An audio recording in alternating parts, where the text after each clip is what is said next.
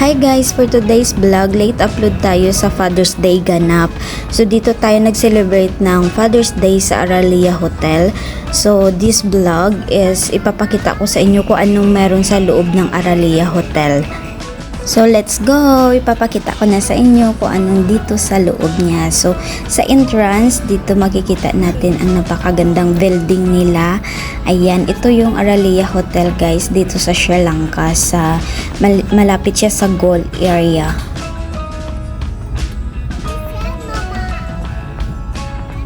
Ayan, papasok na tayo sa reception area. First, magbabayad tayo.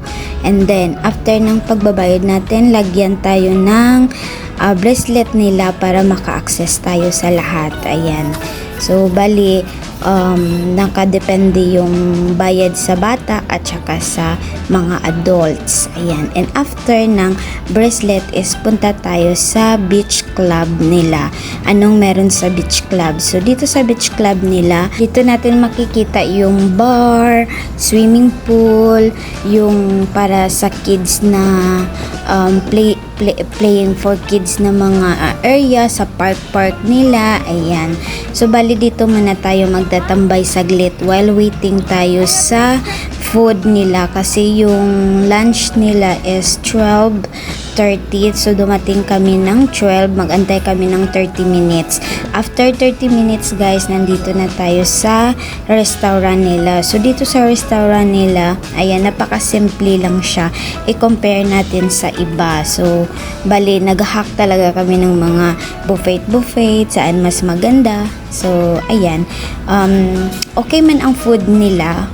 Okay ang food nila, pero i-compare natin sa iba na same price lang, malaki ang difference. So, ito siya, may mga mashed potato, may mga noodles.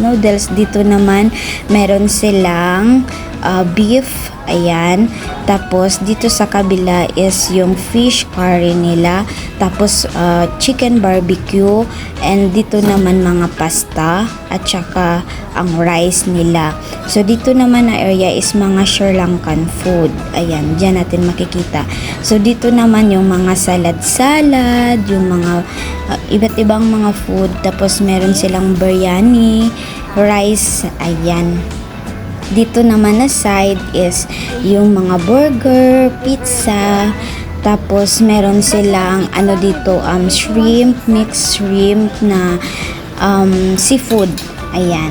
Seafood ito siya at saka meron silang mga meatballs, tapos merong mga patty, tapos meron silang barbecue, ayan, lechon chicken. And dito naman na side is mga para pang salad-salad na maggawa ka ng mga sarili mong salad-salad. Ayan.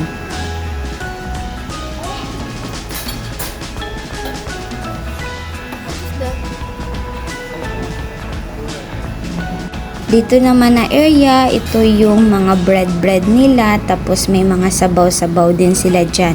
So, ito naman yung dessert nila. So, may mga cake, may mga jelly, may mga bake na mga banana cake, mga ganyan siya. Tapos, may mga ice cream din.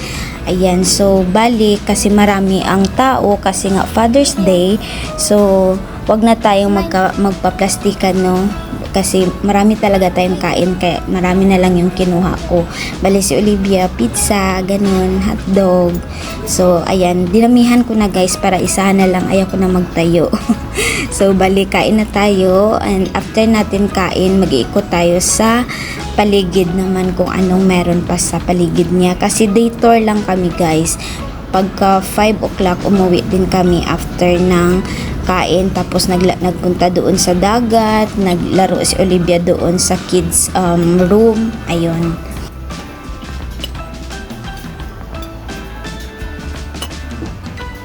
After ng kain, nandito na tayo sa playroom para sa mga kids. Ayan, so first, naglaro lang si Olivia kasi wala pang mga bata. Yung ibang mga bata is kumakain pa sila sa restaurant. So, nauna kami. So, bali, binihisan ko lang si Olivia. Maganda guys, maganda yung area. Meron din silang TV para sa gusto mga bata na magtingin ng TV. So, wala pa man bata. So, dito tumambay yung asawa ko. Tapos, maganda din yung shower room nila. Ayan, cute-cute yung mga, mga toilet. Tapos, yung washing room nila. Ayan. So, binihisan ko na muna si Olivia, guys, para makalaro siya ng maayos. Kasi pag nakadress siya, hindi yan siya makaslide-slide doon. So, ayan. Nagbihis muna siya. Tapos, maglaro. So, bali tumambay kami dito ng mga 3 hours. Kasi, yun ang gusto talaga ni Olivia, yung sa playroom.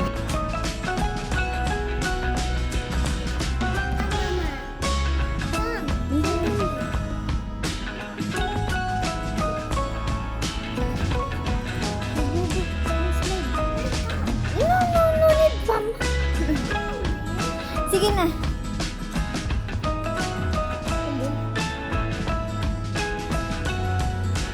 Ano din po niya.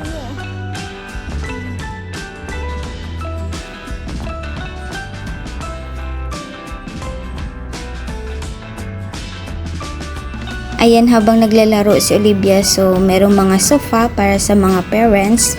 Tapos yung asawa ko naglalaro siya ng chess. Tapos si Olivia, ayun, naglalaro lang siya mag-isa while waiting sa mga bata. So after ng mga 30 minutes, may mga bata na, ayan, nakipaglaro siya. Yung napagod na siya, ayan, lumabas na kami. Bali dito sa labas, meron din silang park para sa mga babies, sa mga slide-slide.